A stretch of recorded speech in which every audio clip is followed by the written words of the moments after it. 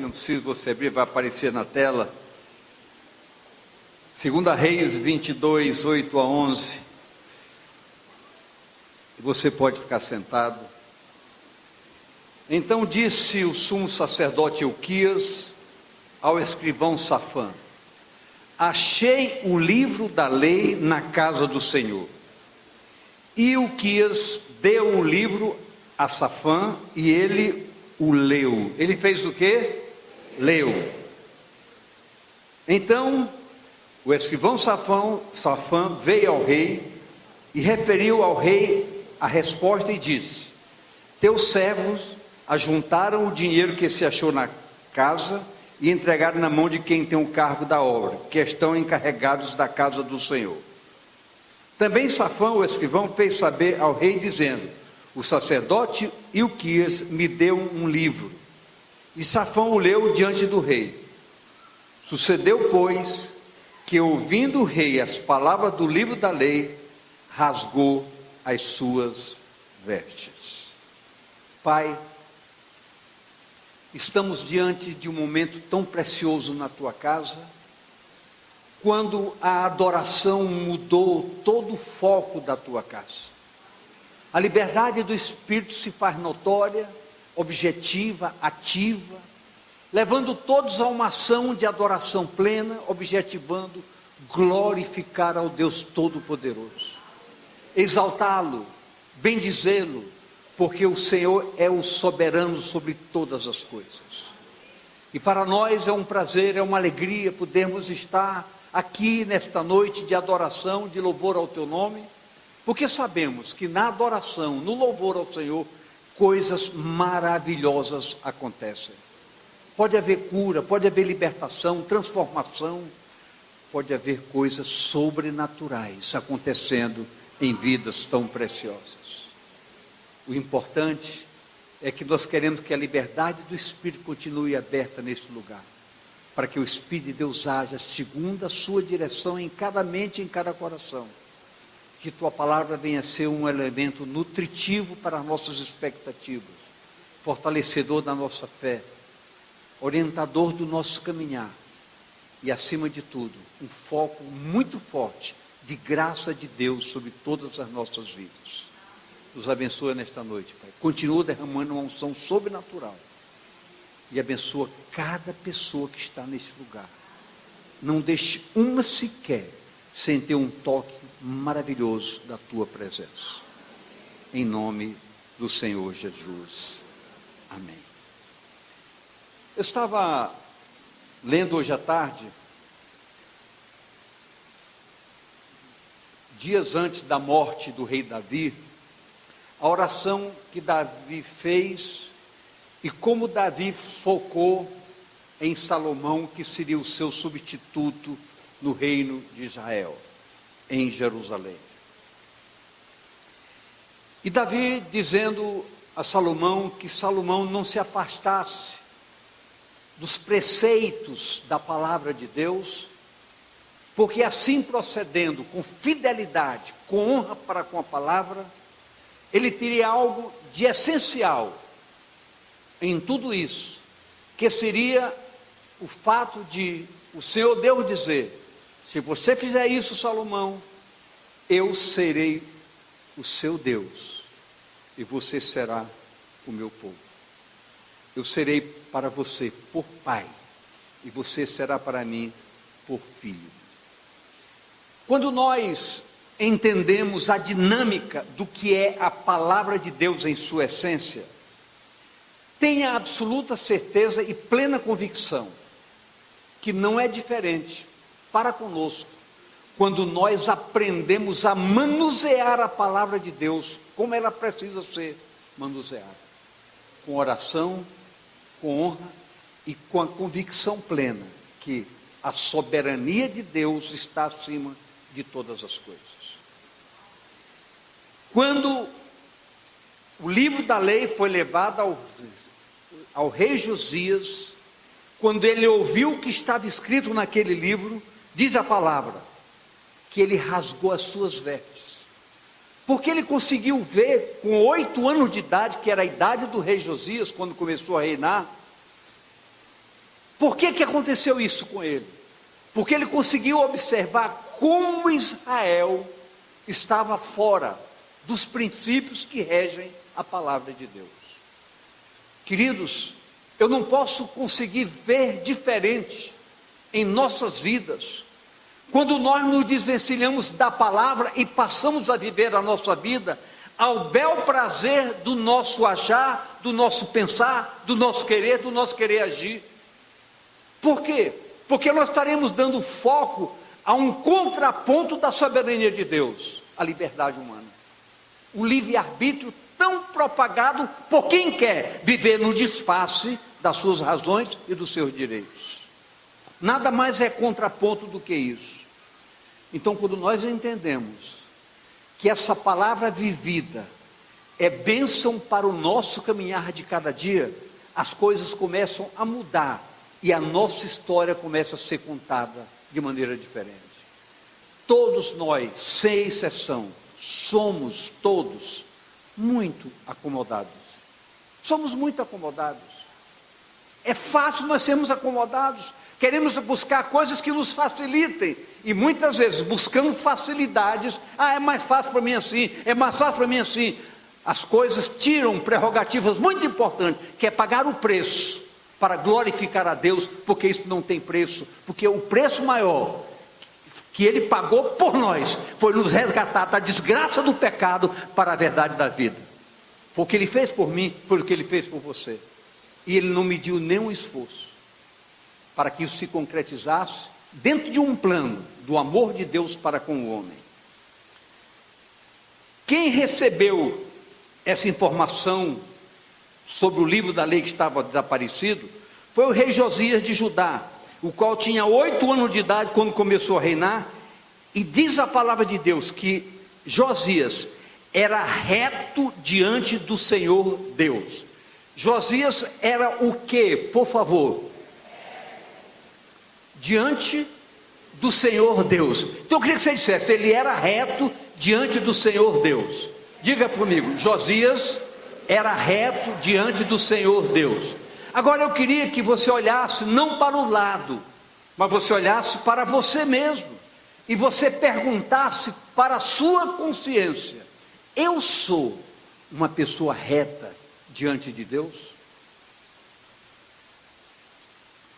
A Bíblia mostra categoricamente que entre os reis de Israel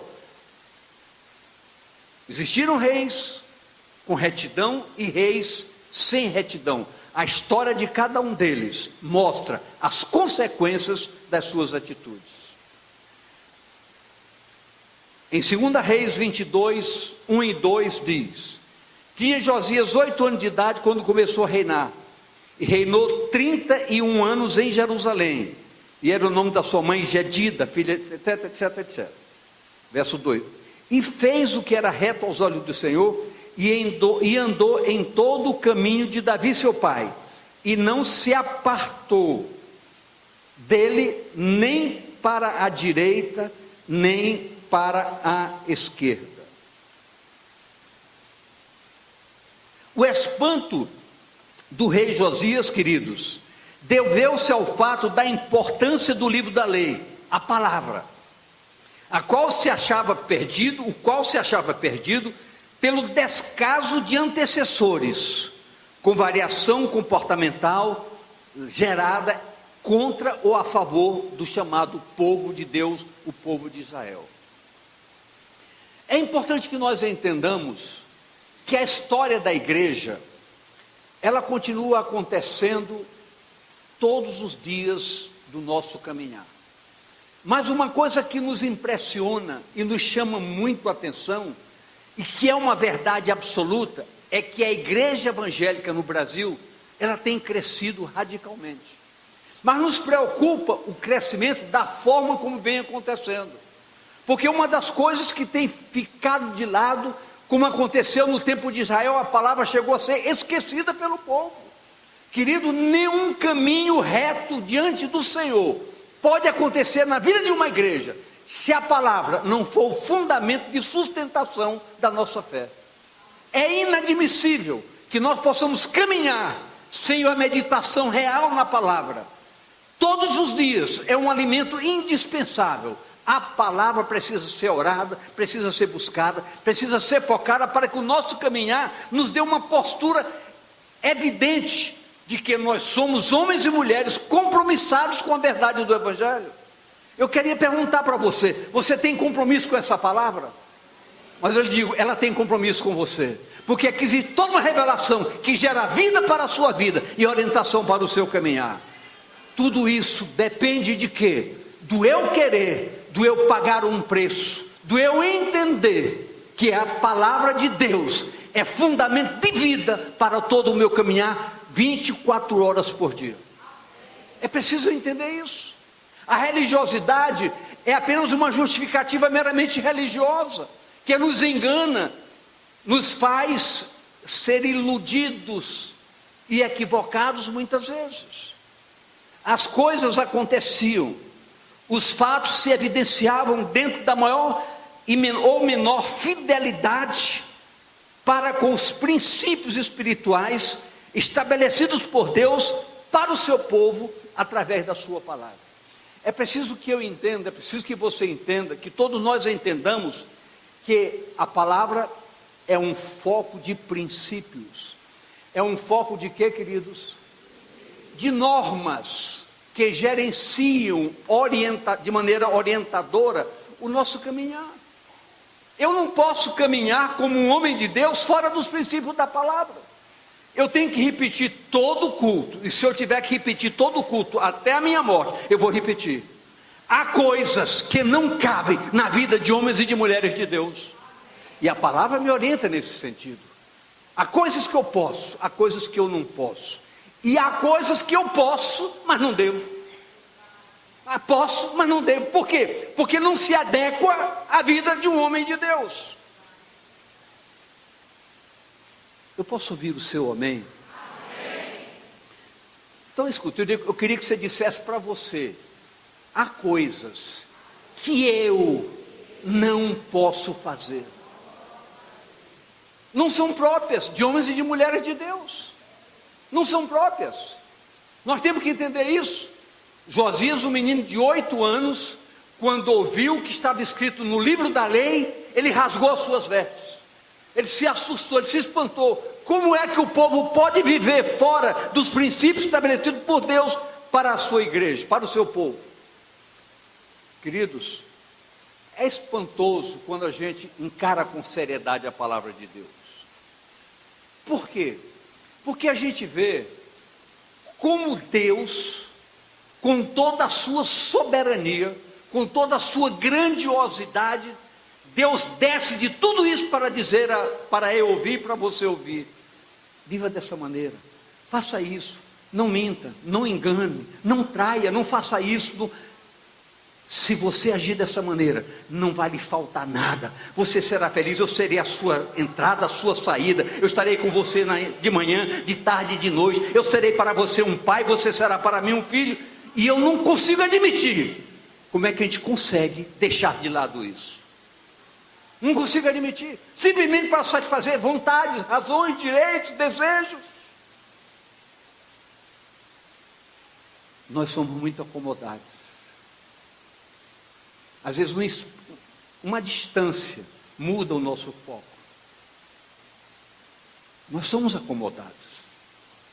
Nós somos muito acomodados. Queridos, se nós soubermos como vale a pena amar ao Senhor Deus, servi-lo com retidão, glorificá-lo em todo o nosso caminho, se nós soubéssemos quão valor tem para Deus, isso, nós mudaríamos de muitas atitudes nossas. Nós mudaríamos de muitas atitudes nossas. Nós teríamos outro comportamento. Com certeza absoluta. Ao receber o livro e lê-lo, o rei Josias entrou em pânico. Ele entrou em pânico. Seu imediato projeto foi recompor a submissão do reino e do povo às leis do Senhor. Ele estabeleceu norma: de hoje em diante, ninguém no meio desse povo deixará de honrar a palavra que está escrita nesse livro.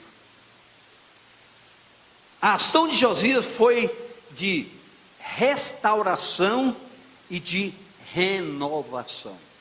Quando nós somos restaurados, as coisas se renovam em nossas vidas. Nossos propósitos são outros. Uma das coisas que nós precisamos entender,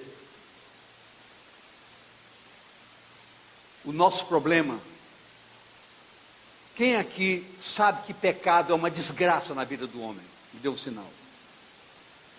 Eu tenho uma notícia para essa igreja. O problema nosso não é pecado. O pecado não é problema para nós. Sabe por que o pecado não é problema para nós? Sabe por quê? Porque na cruz do Calvário o pecado foi destruído. O grande problema é nós entendermos sobre um abraço, sobre um beijo. A Bíblia diz que na cruz a justiça beijou a paz. O grande problema nosso não é o pecado, é a falta de aceitação do agente destruidor do pecado com fundamentos reais e verdadeiros. É aceitar a Jesus não religiosamente, mas aceitar a Jesus como substitutivo de tudo aquilo que estava marcado para eu pagar como dívida por causa do pecado. Ele pagou por mim, ele me isentou do pecado, e ao recebê-lo espontaneamente, eu recebo uma nova vida, um novo caminhar, e eu recebo a libertação plena de qualquer condenação. Esse é o que é o grande segredo. Então, pecado não é problema, o problema é não aceitar devidamente a graça de Deus em plenitude. É isso que nós temos que pensar com mais carinho, com mais decisão, com mais fidelidade, com mais sinceridade. 2 Reis 23, de 1 a 7. Então o rei ordenou a todos os anciãos de Judá e de Jerusalém se ajuntaram a ele. E o rei subiu à casa do Senhor, e com ele todos os homens de Judá e todos os moradores de Jerusalém, e os sacerdotes e os profetas e todo o povo, desde o menor até o maior. E Josias leu aos ouvidos dele todas as palavras do livro do concerto que se achou na casa do Senhor. Josias reuniu todo mundo, todo o povo. Não sei quanto tempo durou, se um dia, 2 dias, 3. Vamos ler, todo mundo vai ouvir tudo que está escrito no livro da lei, todo mundo. Já pensou se nós fizéssemos isso aqui? Ninguém vai sair daqui hoje enquanto nós não lemos a Bíblia até o último versículo. Eu sei que tem gente que ficaria, mas sei que tem gente que diz: não, estou com muito sono. Não, pastor, estou com fome. Não, eu tenho que comprar, eu tenho que vender. Isso é, até certo ponto, natural. Mas Josias baixou um decreto: ninguém sai daqui sem ler tudo que está escrito no livro da lei. E o rei se pôs em pé junto à coluna e fez concerto perante o Senhor para andarem com o Senhor e guardarem os seus mandamentos e os seus testemunhos e os seus estatutos com todo o coração e com toda a alma, confirmando as palavras deste concerto que estava escrito naquele livro. E todo o povo esteve por ele, e todo o povo esteve por este concerto. Todo o povo aqueceu, cedeu às perspectivas de Josias de que todos daquele dia em diante andariam de acordo com os preceitos estabelecidos na palavra de Deus. E o rei mandou o sumo sacerdote Ilquias e ao sacerdote da segunda ordem, as guardas do umbral da porta que se tirava do templo do Senhor, todos os utensílios que ele tinha feito para Baal, para o bosque, para os exércitos dos céus, e os queimou fora de Jerusalém, nos campos de Cedron, e levou as cinzas dele para Betel. Entenda bem, que Josias fez, no tempo em que o livro da lei deixou de ser usado, o povo se corrompeu, cada qual vivia ao seu bel prazer, segundo a sua própria vontade, segundo o próprio entendimento. Queridos, se nós analisarmos isso a olho nu, com frieza, nós vamos analisar sem fazer pergunta a quem quer que seja, porque não me é dado esse direito de fazer pergunta a você, mas se perguntasse para você hoje, você tem vivido uma vida de agrado ao coração de Deus? Você tem vivido uma vida correta? Suas atitudes são corretas? Seu procedimento é correto? Você não teria que me dar resposta, mas você teria que reavaliar a sua conduta em confronto com a palavra de Deus. Sabe por quê? Porque uma das coisas mais fortes que temos escrito na Bíblia Sagrada é Deus dizendo num chamamento para mim e para você: sejam santos como eu sou santo. Sejam perfeitos como perfeito é vosso Pai que está no céu. Esse chamamento está registrado. Então, Josias foi ousado demais, e todo o povo assumiu um compromisso hoje muito forte. Também destituiu os sacerdotes dos reis de Judá estabeleceram para incensarem sobre os altos da cidade de Judá em redor de Jerusalém, como também os incensavam a Baal, ao sol, à lua, aos planetas, e todo o exército do céu. Então o povo deixou de adorar a Deus, começou a adorar o sol, começou a adorar as estrelas. Aí você olha para mim e diz assim: pastor, mas isso era naquele tempo. Você está muito equivocado. Talvez você não adore sol, talvez você não adore estrela, mas quem sabe você não adora sua vontade, suas razões, seu comodismo. Quem sabe você não faz isso? Talvez isso seja o sol e a lua da sua história, que precisa ser deixado de lado para que você entenda que Deus merece muito mais de nós do que os caprichos meramente humanos.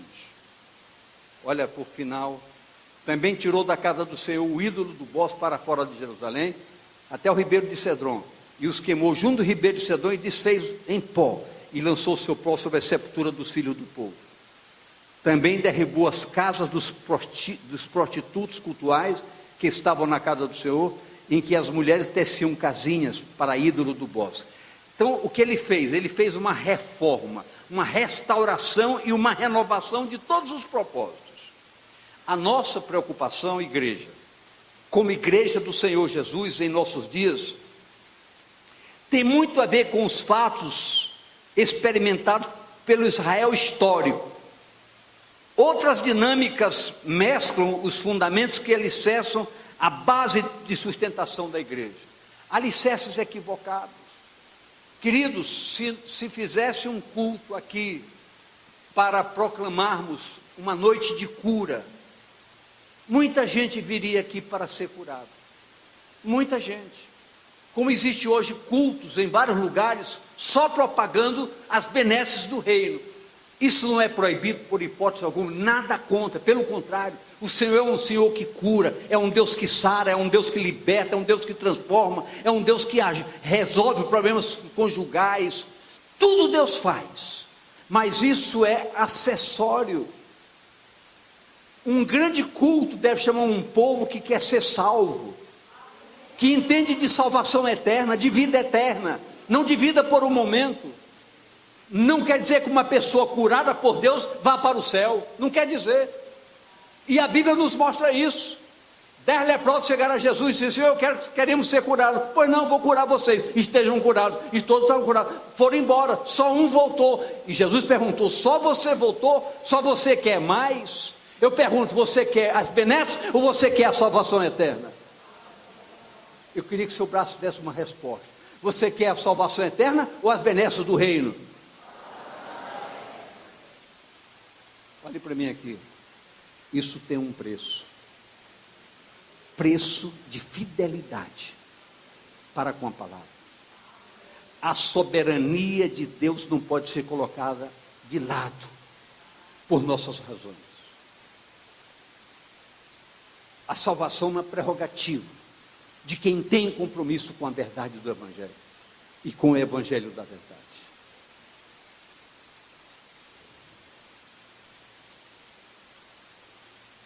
O Senhor Deus, sobre sua palavra, é de extremo zelo.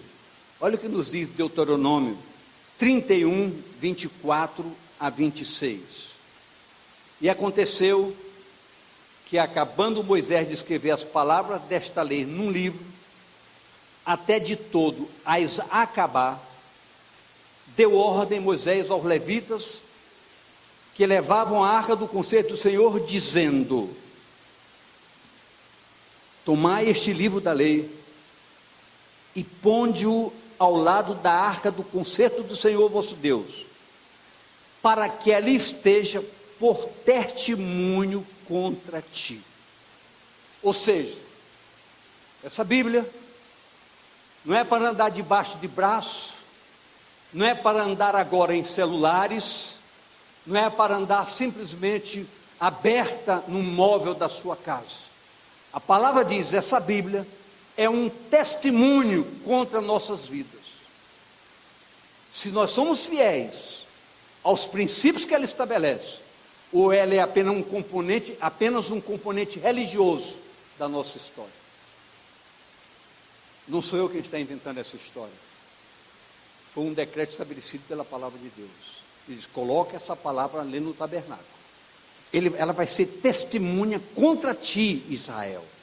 Se de fato a tua fidelidade corresponde aos ensinos estabelecidos por essa palavra. Eu quero deixar bem claro, eu não projetei essa palavra, ela está no livro que acabamos de ler, Deuteronômio, capítulo 31, dos versos 24 a 26, o quinto livro da Bíblia, fazendo parte do Pentateuco, o quinto livro. Diz mais, Deuteronômio 32, 1 a 4: inclinai os ouvidos, ó céus, e falarei, e ouça a terra as palavras da minha boca. Goteje a minha doutrina como a chuva, destile o meu dito como orvalho, como chuvisco sobre a erva, e como gotas de água sobre a relva. Porque apregoarei o nome do Senhor, dai grandeza a nosso Deus. Ele é a rocha cuja obra é perfeita, porque todos os seus caminhos juízos são. Deus é a verdade, e não há nele injustiça. Justo e reto é o Senhor nosso Deus. Então essa palavra goteja fundamentos, goteja orientação, goteja argumentos que norteiam nossas dúvidas, nossas desconfianças, nossas incertezas. Quando Deus estabeleceu a Josué no lugar de Moisés, suas palavras foram de desafio para Josué. Deus disse: Josué, como eu fui com Moisés, eu serei contigo, não será diferente. Todas as prerrogativas do meu zelo para com Moisés, eu terei para contigo, Josué. Contudo, Josué 1, de 5 a 9, diz o seguinte: ninguém se susterá diante de ti todos os dias da tua vida, Josué. Como fui com Moisés, assim serei contigo. Não te deixarei, nem te desampararei. Agora, deixa eu fazer uma pergunta para você, igreja. Já pensou se Deus chega para você e diz: eu serei contigo todos os dias, eu não te desampararei, não te abandonarei, tudo que tu precisares, eu estarei para te dar. Já pensou se Deus dissesse isso para você? Já pensou? Talvez você não tenha esse entendimento, mas eu quero que você tenha nesta noite. Essa palavra, Deus diz para você: se você tiver zelo de mim, eu terei zelo de você. Eu não vou desamparar você um só dia da sua vida. Esforça-te e tem bom ânimo, porque tu farás a este povo herdar a terra que jurei a seus pais lhe daria. Tão somente esforça-te e tem bom ânimo, para teres o cuidado de fazer conforme toda a lei do meu servo, que meu servo Moisés te ordenou. Dela não te desvies, nem para a direita nem para a esquerda, para que prudentemente te conduzas por onde quer que andares. Não se aparte da tua boca o livro desta lei, antes medita nele de dia e de noite, para que tenhas o cuidado de fazer conforme tudo quanto nele está escrito, porque então farás prosperar o teu caminho, e então prudentemente te conduzirás. Não te mandei eu? Esforça-te e tem bom ânimo. Não pasmes nem te espantes, porque o Senhor teu Deus é contigo por onde quer que andares. Eu posso ouvir amém? É a palavra viva do Senhor falando conosco.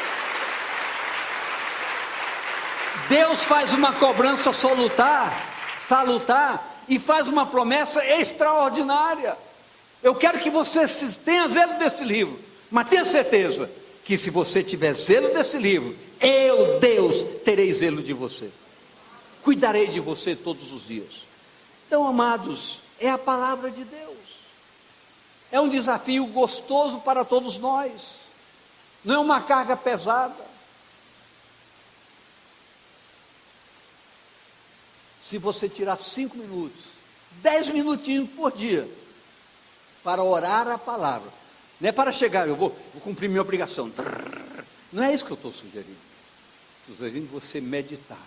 A gente medita com lápis e papel na mão, escrevendo, registrando, fazendo correlações, procurando sacar entendimento, porque é com entendimento que o povo se fortalece.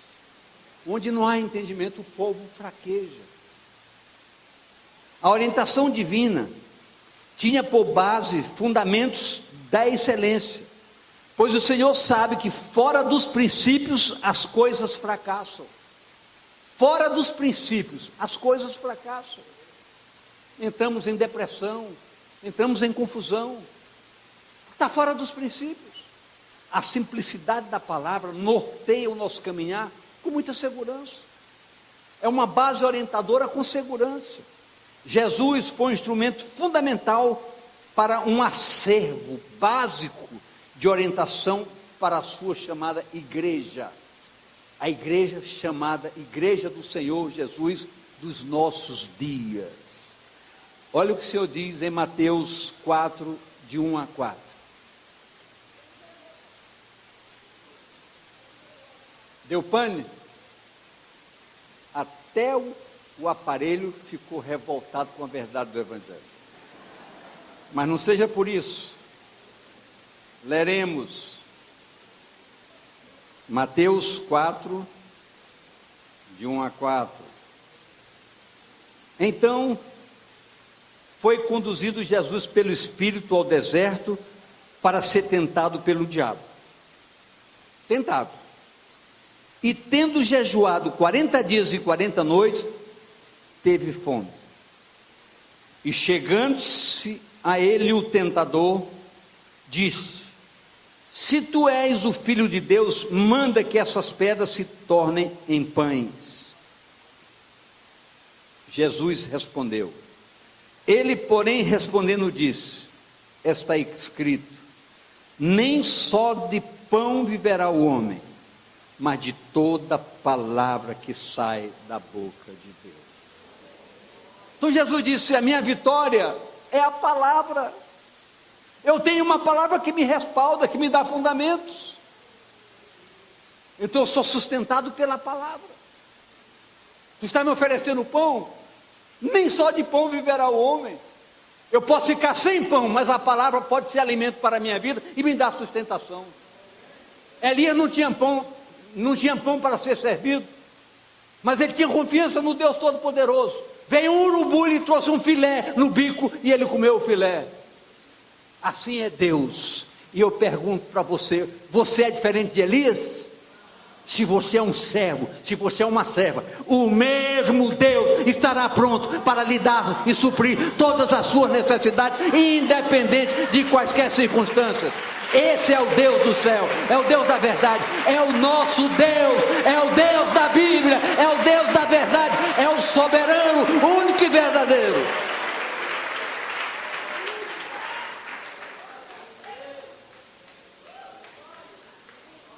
O apóstolo Paulo usou essa prerrogativa.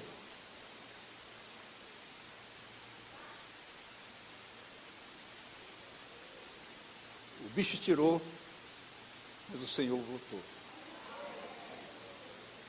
1 Coríntios 2, 4, 5. A minha palavra e a minha pregação não consistiram em palavras persuasivas de sabedoria humana, mas em demonstração de espírito e de poder, para que a vossa fé não se apoiasse em sabedoria dos homens, mas no poder de Deus que emana da sua palavra. Queridos, leia mais. Existem alguns livros extraordinários que nos ajudam a compreender sobre a soberania de Deus. O dia que você começar a mergulhar para entender a soberania de Deus e a fragilidade da liberdade humana, você vai ver quão maravilhoso é você ganhar tempo. Não é gastar tempo, é ganhar tempo, tirando momentos com a meditação na viva palavra de Deus. Coisas preciosas, extraordinárias, hão de acontecer na sua vida e no seu viver. O importante para nós, igreja, é o fato que também nos diz o livro de Deuteronômio capítulo 30, versos 11 a 14. Grave bem isso, porque este mandamento que hoje te ordeno, te não é encoberto e tampouco está longe de ti. Não está nos céus para dizer: quem subirá por nós ao céu para nos traga e nos faça ouvir, para que o façamos? Não. Nem tampouco está da além do mar para dizer: quem passará por nós além do mar, para que nos traga e nos faça ouvir, para que o façamos? Não. Porque esta palavra está muito perto de ti, na tua boca e no teu coração, para fazeres, para leres, para orares, para entenderes como a norma estabelecida por essa palavra é um manancial de vida para que a igreja se consubstancie, se renove a cada dia. Não é só palavra, é vida trazida para nós. É João 1,14 dizendo: e o verbo se fez carne e habitou entre nós, vimos a sua glória, como a glória do unigênito do Pai, cheio de graça e de verdade. A palavra se fez vida, e ela diz que a graça de Deus chamada Jesus é a viva palavra penetrante em nossas vidas. Por fim, queridos, estejamos nós como igreja, igreja viva, atentos e determinados para darmos vida à palavra, intensificando e ensinando a prática da mesma, pois essa palavra é um grande desafio para todos nós. Quero ler só mais um verso, pedir que vocês colocassem de pé, para ver esse verso que está em Ezequiel 12, 28.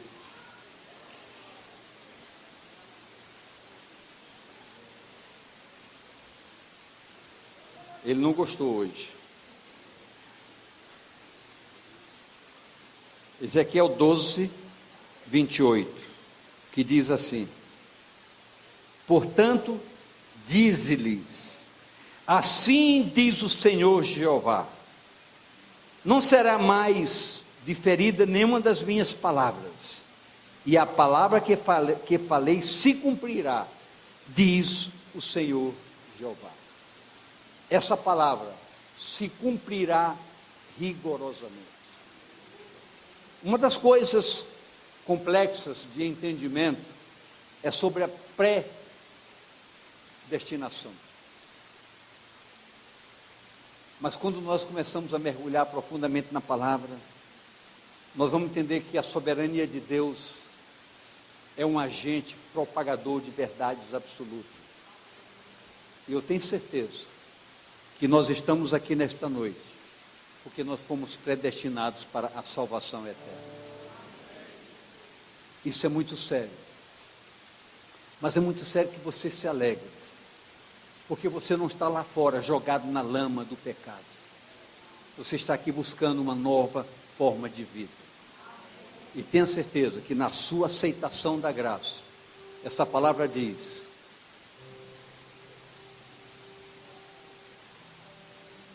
que as portas dos céus se abrirão um dia para lhe receber em glória. Fie-se nessa palavra, trabalhe por ela, pague o preço e glorifique a Deus em todo o seu caminhar.